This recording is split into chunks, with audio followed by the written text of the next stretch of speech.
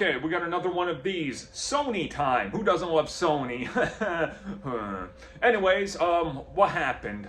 I'm doing this off, like, what I can remember.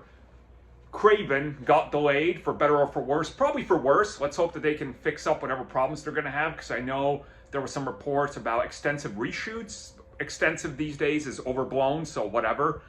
The other thing was Madame Web also gets a delay.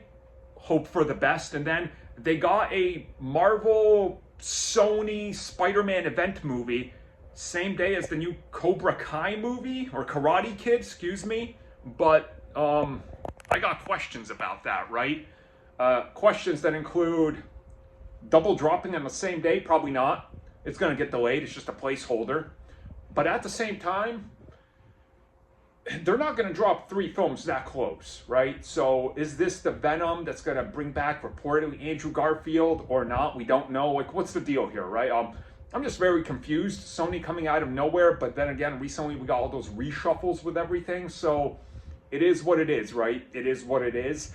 I'm optimistic, but to be honest with you, Kraven still just doesn't sit well with me. Every time we find out something, it's like, you know? Madame Web, it is what it is. It's Sony doing their own thing. My big hope is that maybe Venom isn't the unannounced film and that it's like maybe Spider-Man, because again, it's a Marvel event movie.